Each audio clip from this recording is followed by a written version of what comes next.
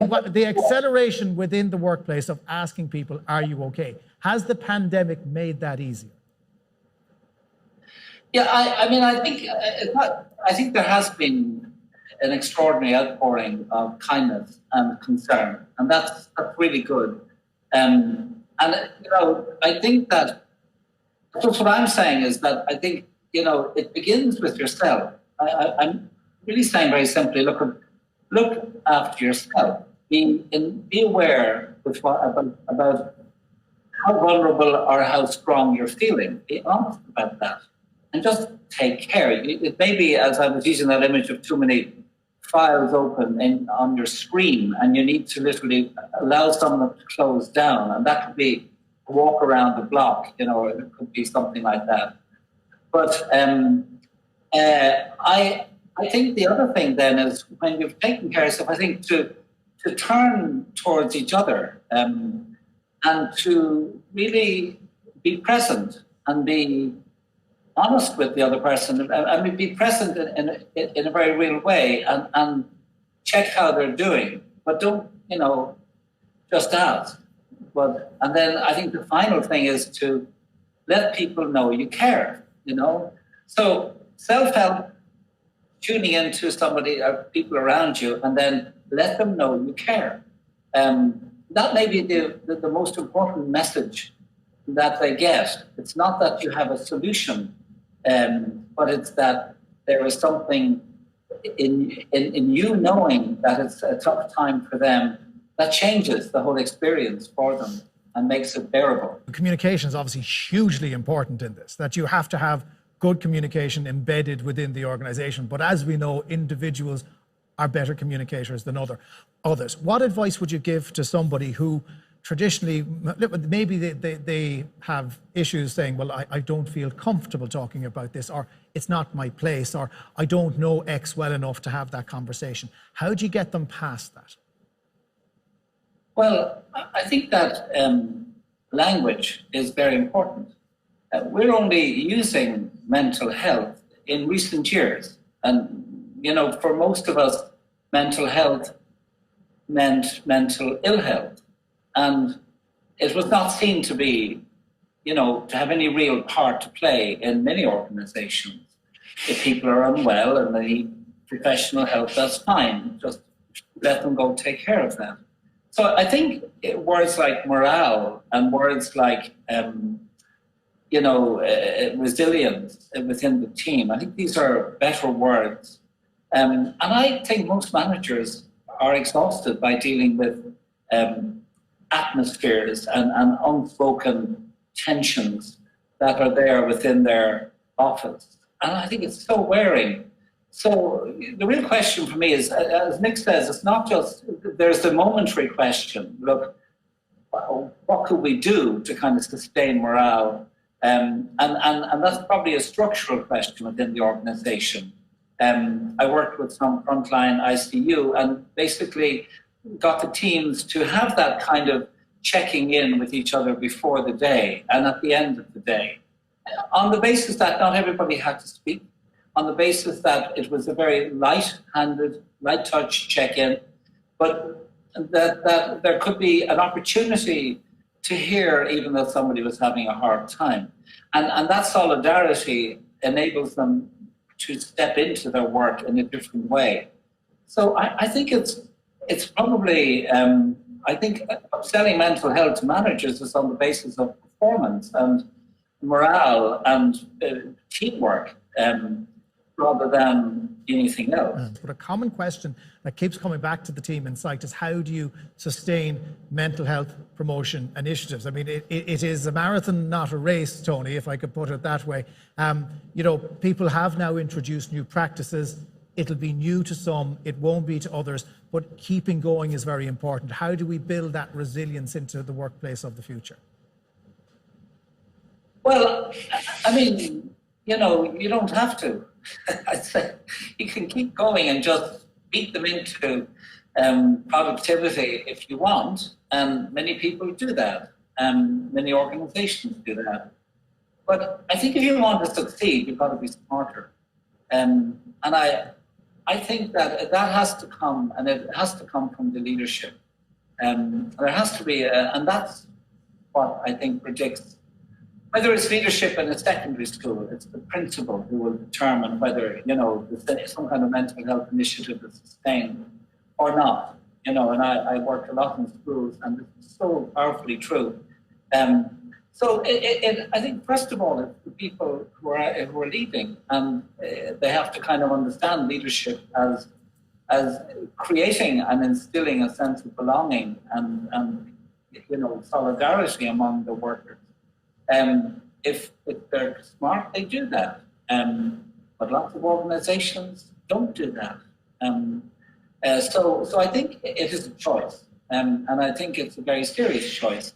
And I suppose one of the ways that I think the work of Nic, one of the helpful things is that he brings data to the conversation, and the data can show very clearly the differences it makes.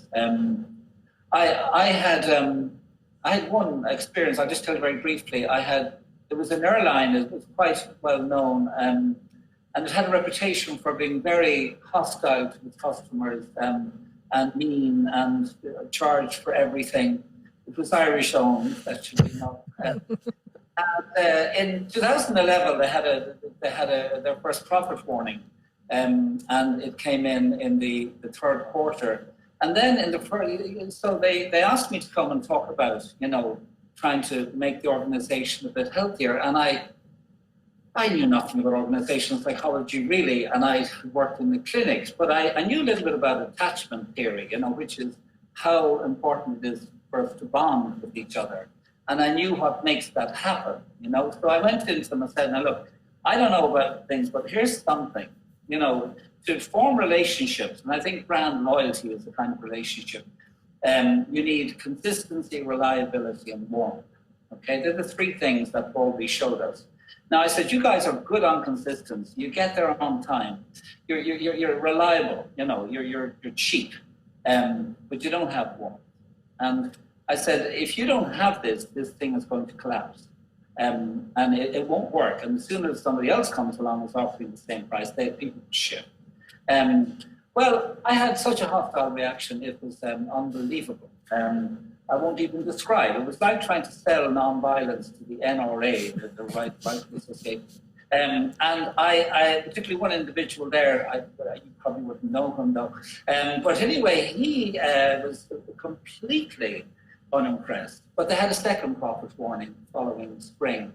And the board pulled him in and said, listen, we've got to do this bait warm thing, And so they did. And they took measures pre-warm, post-warm. And I spoke in 2013 with one senior management team, and they had the data. And it was extraordinary, the difference. And all they did, they said to me, how can we train our employees to be warmer? And I said, you don't have to. They know how to do it. They're inherently kind people, but you need to give them permission and freedom to do that. And that's what they did. And I mean, it was, you probably know what happened. It was the profits just soared. And as the CEO said at the time, if I'd known it was going to be this easy, I would have done it years ago. Well, that wasn't the first reaction, I can tell you. So, I feel that there has to be we've got to sell it. We can't just assume that people would do it because it's the morally right thing to do. The old school response still of Jonathan's not right. He needs to go and see the doctor. Look, we'll sign him off on sick leave and see what happens in a few weeks. That doesn't tackle the issue why Jonathan mightn't be feeling right in the workplace, does it? Do we need to get rid of that once and for all? Do we need to kind of stop the automatic assumption amongst some that medicalization, doctors, an outside source can solve the problem when 9 times out of 10 it's probably an inside issue? 9 times out of 10 they can't. 9 times out of 10, and this is some very good research on ICU nursing in the UK, really good research that showed that it was peer-to-peer support, normal peer support, normal team solidarity that enabled people to cope with the struggles of their work and what they had to witness. And that for the most part, they do not need psychology and PTSD counseling. For the most part, they process this experience together in an informal way. And so that's why I think the key is to build that solidarity, because a lot of those mental health issues can be resolved. Everybody has something happening probably every week in their lives, whether it's with work or family. We all have some crisis breaking on the horizon, and we need that support, but that does not mean we need intensive community mental health intervention, that's, so I think we need to break that. It's to kind of normalize, I think, the suffering that people have to deal with, and to recognize that we're social beings that need to be able to look to each other for that support. It's just been kind of, it's fundamental. It's not rocket science. Issues were there pre-COVID-19, especially for men, and they referenced the construction sector in this question as well. Any advice on supporting men in dealing with this? Because let's face it, when it comes to emotional intelligence, we are understandably slightly behind the curve as a gender. Well, I just want to say a word about emotional intelligence, if I might. But the men thing, I think our conversations are probably shoulder to shoulder rather than face to face. I've certainly developed quite a relationship with a couple of men who've been working with me in the garden over the last 6 months, and it's really, and they all have issues. I don't need to know them even, but we've really kept each other going in an indirect way. So I think men need to find a different way in to support, and we need to really respect what support, the experience of support for a man can be different. On emotional intelligence, I had Daniel Coleman here in my kitchen last night, we toasted the 25-year anniversary of the book Emotional Intelligence, via Zoom, I should add. But emotional intelligence, that was the reason I chose that story about Frank, because emotional intelligence is 4 things: self-awareness, it's self-management, it's empathy, and it's social skills. They're the key things. So in Frank's case, his self-awareness was that he was deeply stressed. His self-management was that he went into himself, he breathed slowly, he spoke to himself kindly. His empathy was that he realized I didn't know how he was doing. And he told me the story to make it very clear. And his social skills that he learned subsequently, and this is a man who 5 years later was off all medication and completely normal after a 20-year history of radical psychiatry. This was our worst client, if you like. But the social skill, he learned how to manage his paranoia, and he would say to people, when you said there about being a bit disappointed, were you talking about me? And he checked out things. And that he did it in a light way. He said, I get paranoid sometimes. Can I just ask you? And that was enough. He did not go into, fantasy land. So I think emotional intelligence is learned primarily. I think it's something we nurture in people, but it is those skills. And we're learning it now from the worst psychiatric case in James's, and the staff will reinforce that. But it's that self-awareness, self-management, empathy, and social skills. In 30 seconds, each of you, if I can ask you, what's the most important thing you want people to take away from today? I would say, mind yourselves. Take time to tune in, to connect, and let things settle, and see what maybe needs attention. Number 2, I would say tune in to each other. Be present, be real, be authentic. Don't expect an immediate reply. Allow people to ramble a bit before they get to the point. But they will talk if they know you're listening.